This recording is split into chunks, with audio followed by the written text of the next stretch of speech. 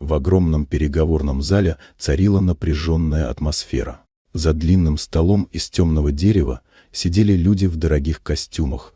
Перед каждым лежали папки с документами и стаканы с водой. Сделка, которую они обсуждали, должна была стать одной из самых крупных за последние годы – $40 миллионов. Но внезапно все застопорилось.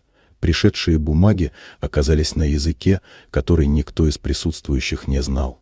Секретари метались по коридорам, звонили переводчикам, но времени не было. Представители другой стороны ждали ответа здесь и сейчас. Ошибка или задержка могли обернуться катастрофой, контракт мог сорваться, а с ним и месяцы работы.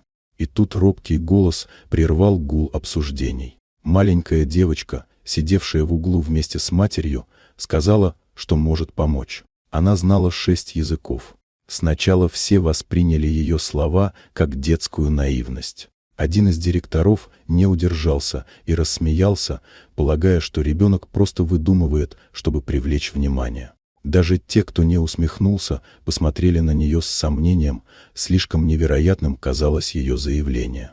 Но девочка, не смутившись, шагнула вперед. Она аккуратно взяла в руки один из документов, пролистала его, и ее взгляд стал серьезным. Сначала тихо, потом все увереннее, она начала читать и переводить каждую строку. Слова лились легко, точно и без запинок. Там, где взрослые видели лишь непонятные символы, она видела ясный смысл.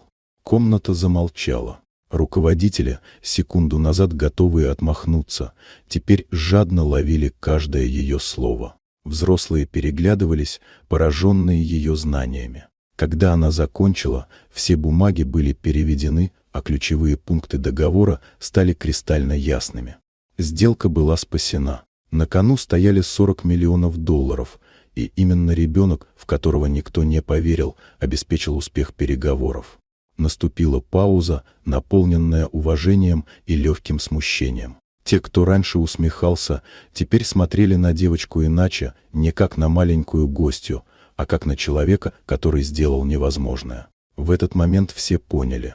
Иногда самое большое чудо приходит от тех, от кого его меньше всего ждут. Вот такая удивительная история. Дорогие друзья, если вам понравилось видео, поставьте лайк, а также подписывайтесь на канал, впереди еще много интересного.